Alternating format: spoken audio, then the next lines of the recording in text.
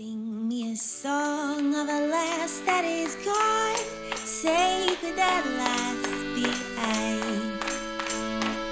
Mary of soul, she sailed on a day over the sea to sky. Billow and breeze, islands and seas, mountains of rain and sun. All that was good, all that was fair, all that was me is gone. Sing me a song of a lass that is gone.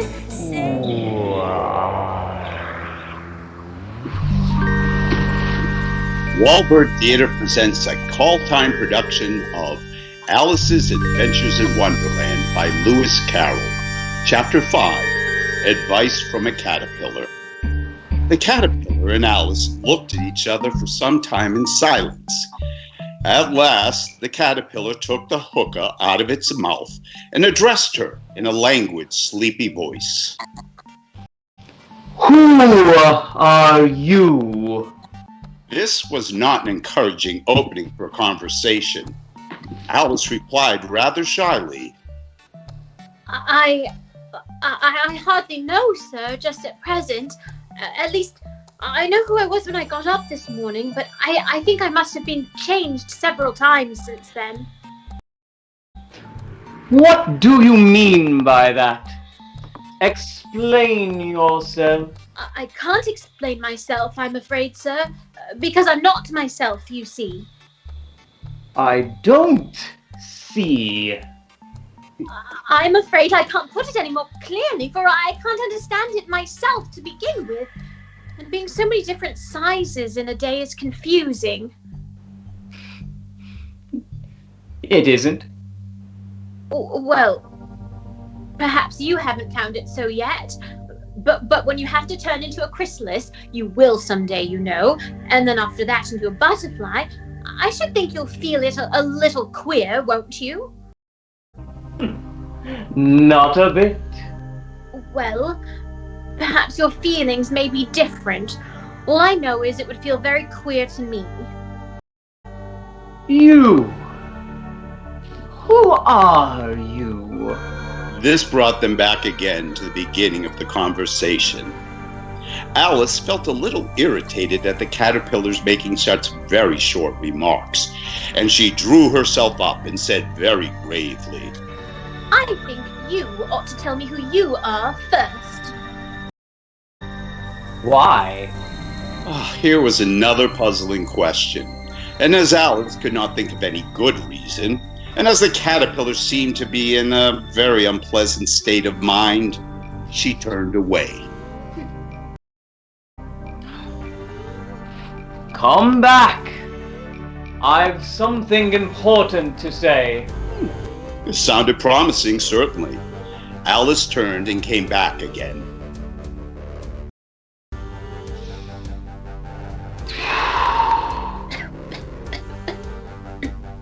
Keep your temper.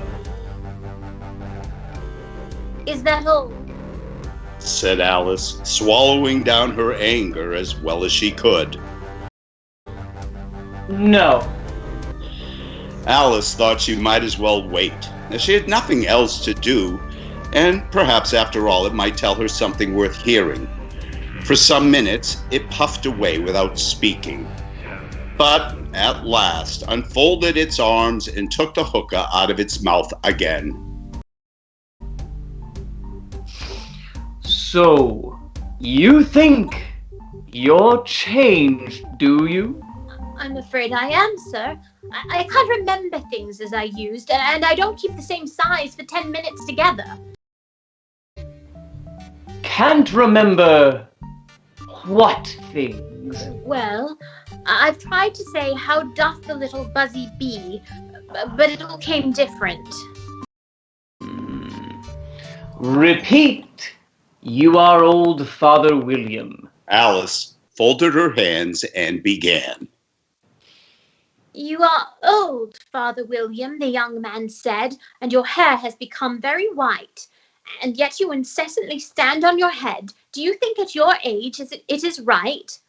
In my youth, Father William replied to his son, I feared it might injure the brain, but now that I'm perfectly sure I have none, I shall do it again and again.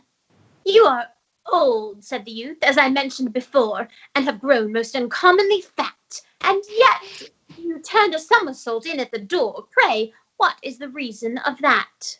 In my youth, said the sage, as he shook his grey locks, I kept all my limbs very supple. By the use of this ointment, 1 shilling the box, allow me to sell you a couple. You are old, said the youth, and your jaws are too weak for anything tougher than suet. Yet you finished the goose with the bones and the beak. Pray, how did you manage to do it? In my youth, said his father, I took to the law and argued each case with my wife, and the muscular strength which it gave to my jaw has lasted the rest of my life. You are old, said the youth. One would hardly suppose that your eye was as steady as ever, yet you balanced an eel on the end of your nose. What made you so awfully clever? I have answered 3 questions, and that is enough, said his father. Don't give yourself airs. Do you think I can listen all day to such stuff? Be off, or I'll kick you downstairs. That is not said right. Well, not quite right. I'm afraid some of the words have got altered. It is wrong from beginning to end, said the caterpillar decidedly, and there was silence for some minutes. The caterpillar was the first to speak.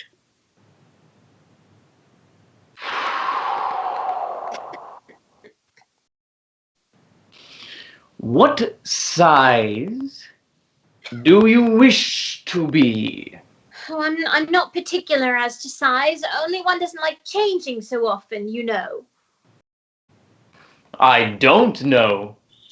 Alice said nothing. She had never been so much contradicted in her life before, and she felt that she was losing her temper. Are you content now? Well, I should like to be a little bit larger, sir, if you wouldn't mind. 3 inches is such a wretched height to be. It is a very good height indeed, said the caterpillar angrily, rearing itself upright as it spoke. It was exactly 3 inches high. But I'm not used to it, pleaded poor Alice in a piteous tone, and she thought to herself, I wish the creatures wouldn't be so offended. You'll get used to it in time. It put the hookah into its mouth and began smoking again. This time, Alice waited patiently until it chose to speak again. In a minute or 2, the caterpillar took the hookah out of its mouth and yawned once or twice and shook itself. Then it got down off the mushroom and crawled away in the grass, merely remarking as it went, One side will make you grow taller, the other will make you grow shorter. One side of what? The other side of what? The mushroom! In another moment, it was out of sight. Alice remained looking thoughtfully at the mushroom for a minute, trying to make out which were the 2 sides of it. And as it was perfectly round, she found this a very difficult question. However, at last she stretched her arms round it as far as they would go and broke off a bit of the edge with each hand. Now, which is which? She nibbled a little of the right-hand bit to try the effect. The next moment, she felt a violent blow underneath her chin. It had struck her foot. She was a good deal frightened by this very sudden change, but she felt there was no time to be lost, as she was shrinking rapidly. So she set to work at once to eat some of the other bit. Her chin was pressed so closely against her foot that there was hardly room to open her mouth. But at last she did, and managed to swallow a morsel of the left-hand bit. Oh, come, my head's free at last, said Alice in a tone of delight, which changed into alarm in another moment, when she found that her shoulders were nowhere to be found. All she could see when she looked down was an immense length of neck, which seemed to rise like a stalk out of a sea of green leaves that lay far below her. What can all this green stuff be? Where have my shoulders got to? Oh, my poor hands. How is it I can't see you? She was moving them about as she spoke, but no result seemed to follow, except a little shaking among the distant green leaves. As there seemed to be no chance of getting her hands up to her head, she tried to get her head down to them, and was delighted to find that her neck would bend about easily in any direction like a serpent. She had just succeeded in curving it down into a graceful zigzag, and was going to dive in among the leaves, which she found to be nothing but the tops of the trees under which she had been wandering, when a sharp hiss made her draw back in a hurry. A large pigeon had flown into her face and was beating her violently with its wings. Serpent! I'm not serpent, let me alone. Serpent, I say again, repeated the pigeon, but in a more subdued tone, and added with a kind of a sob. I've tried every way and nothing seems to suit them. I haven't the least idea what you're talking about. I've tried the roots of trees, and I've tried banks, and I've tried hedges, but those serpents, there's no pleasing them. Alice was more and more puzzled, but she thought there was no use in saying anything more till the pigeon had finished. As if it wasn't trouble enough hatching the eggs, but I must be on the lookout for serpents night and day. Why, I haven't had a wink of sleep these last 3 weeks. I'm very sorry you've been annoyed. And just as I'd taken the highest tree in the wood, just as I was thinking that I'd be free of them at last, they must needs come wriggling down from the sky. Oh, serpent! But I'm not a serpent, I tell you. I'm Well, what are you? I see you trying to invent something. I'm a little girl, said Alice rather doubtfully, as she remembered the number of changes she had gone through that day. A likely story indeed. I've seen a great many little girls in my time, but never one with such a neck as that. No. You're a serpent, and there's no use denying it. I suppose you'll be telling me next that you've never tasted an egg. I have tasted eggs, certainly, but little girls eat eggs quite as much as serpents do, you know. I don't believe it. But if they do, why, they're a kind of serpent. That's all I can say. This was such a new idea to Alice that she was quite silent for a minute or two, which gave the pigeon the opportunity of adding, You're looking for eggs? I know that well enough. And what does it matter to me whether you're a little girl or a serpent? It matters a great deal to me, but I'm not looking for eggs as it happens, and if I was, I shouldn't want yours. I don't like them raw. Oh, well, be off then, said the pigeon in a sulky tone as it settled down again into its nest. Alice crouched down among the trees as well as she could, for her neck kept getting entangled among the branches, and every now and then she had to stop and untwist it.